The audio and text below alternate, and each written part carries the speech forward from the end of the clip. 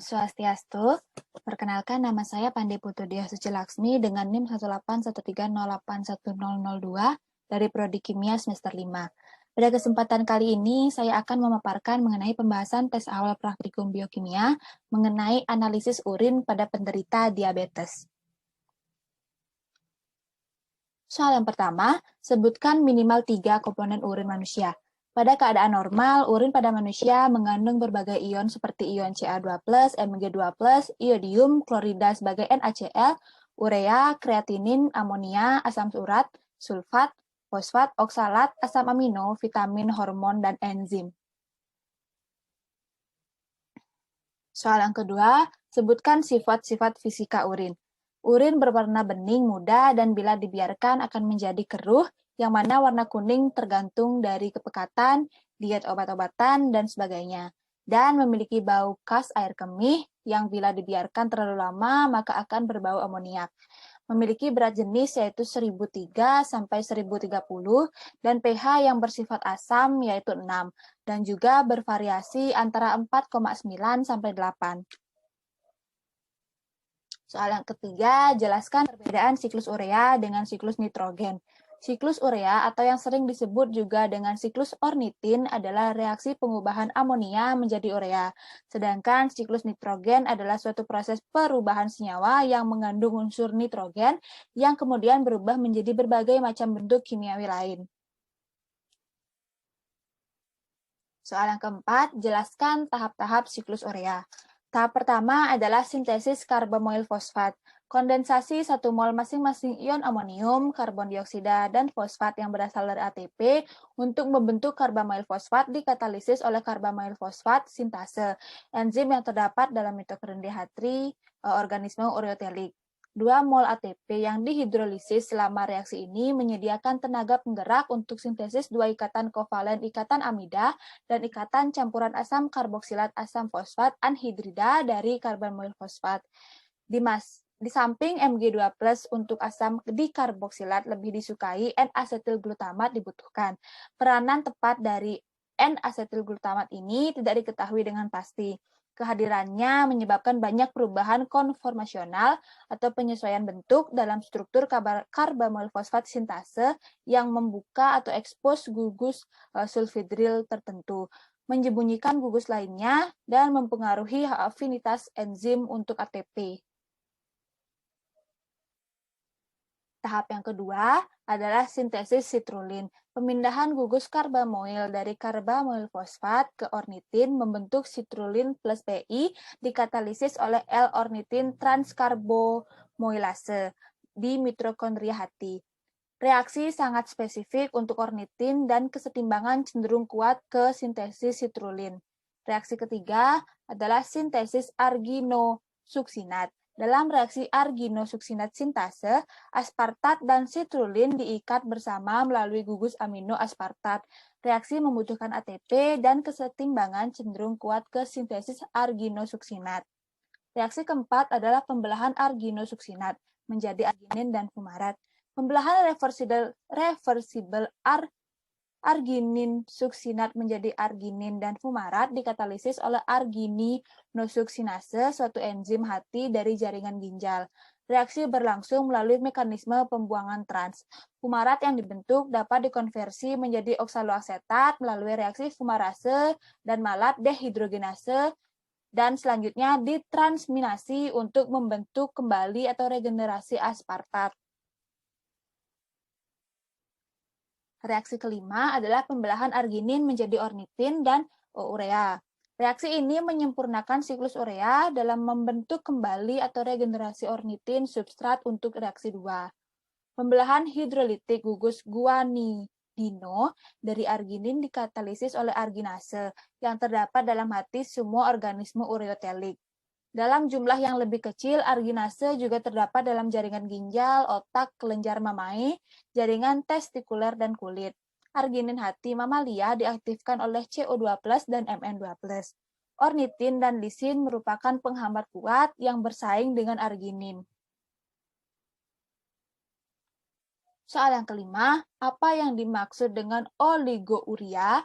Oligouria adalah kondisi medis di mana keluaran urin seseorang lebih sedikit atau mengalami penurunan dari kondisi normal.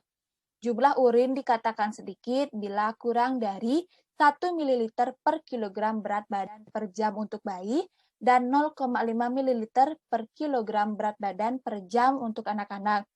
Oligouria atau volume urin berkurang dapat ditemukan pada berbagai keadaan. Misalnya pada saat demam, nefritis akut, glomerulonefritis kronis, gangguan hati akut, diare, dan gagal ginjal.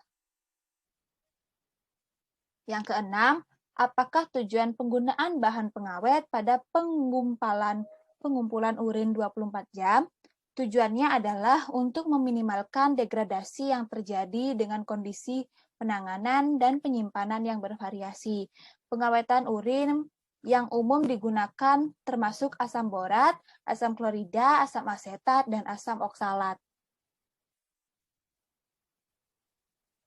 Soal yang ketujuh, pada uji pigmen empedu pada analisis urin, yaitu sebanyak 2 mili HNO3 pekat dituangkan ke dalam tabung reaksi, kemudian ditambahkan 2 mili urin.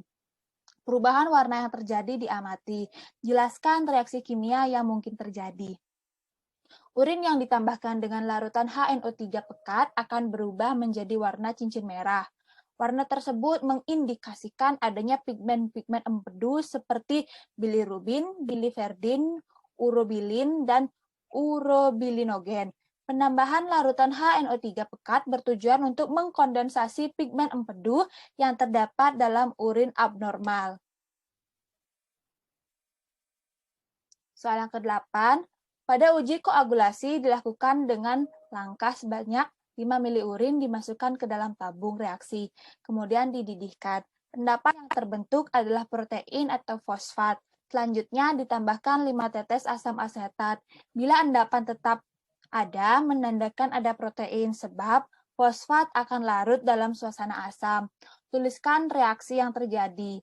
Protein dalam urin apabila dipanaskan akan terkoagulasi akibat kenaikan suhu sehingga protein dan fosfat terendapkan dan penambahan CH3COOH untuk mengetahui adanya protein yang mengendap. Soal yang ke-9, tuliskan reaksi yang terjadi pada uji Heller. Prinsip dari uji Heller adalah adanya lapisan endapan atau cincin yang terbentuk apabila protein bereaksi dengan asam nitrat pekat. Pada reaksi Robert, asam nitrat, dan magnesium sulfat. Bila ditambahkan secara perlahan. Adapun reaksi yang terjadi pada uji Heller adalah sebagai berikut yang tertera pada slide.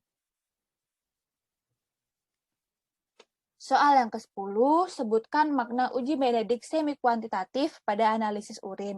Uji Benedict semi-kuantitatif ini dilakukan untuk mengetahui kandungan glukosa dalam urin yang dapat dilakukan secara semi-kuantitatif, yang mana prinsip dasar dari uji Benedict adalah gugus aldehid atau keton bebas gula akan mereduksi kuprioksida dalam reaksi Benedict menjadi kuprooksida yang berwarna. Hasil positif yang ditunjukkan dari uji Benedict yaitu timbulnya endapan yang berwarna hijau, kuning, atau merah. Pengujian Benedict ini dapat memperkirakan secara semi-kuantitatif kadar gula yang terkandung di dalam urin. Soal yang ke-11, jelaskan uji penetapan kadar kreatinin urin.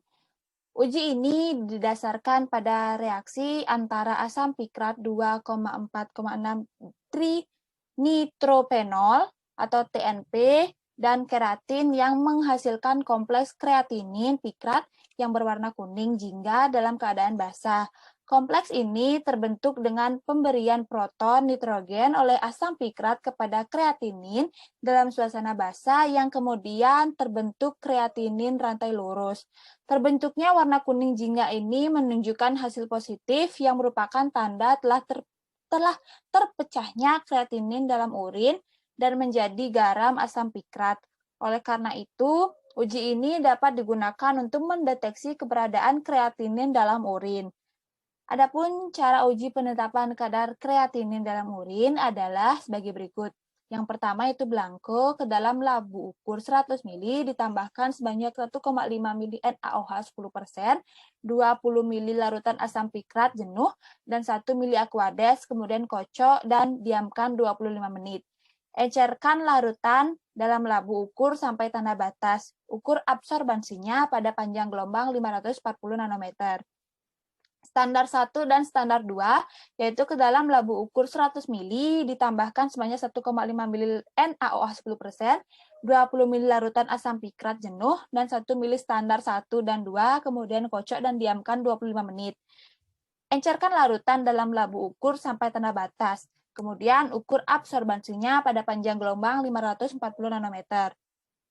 Uji 1 dan uji 2, yaitu ke dalam labu ukur 100 ml, tambahkan sebanyak 1,5 ml NaOH 10%, 20 ml larutan asam pikrat jenuh, dan 1 ml urin. Kemudian kocok dan diamkan 25 menit. Encerkan larutan dalam labu ukur sampai tanda batas. Kemudian ukur absorbansinya pada panjang gelombang 540 nanometer. Soal yang ke-12, uji indikasi atau Obermeyer. Sebanyak 8 ml urin dan 8 ml reaksi Obermeyer dicampur dalam tabung reaksi. Kemudian ditunggu beberapa menit dan ditambahkan 3 ml kloroform. Larutan dicampur dengan membalik-balik tabung kira-kira 10 kali. Kloroform akan mengekstraksi biru indigo. Senyawa apakah biru indigo itu?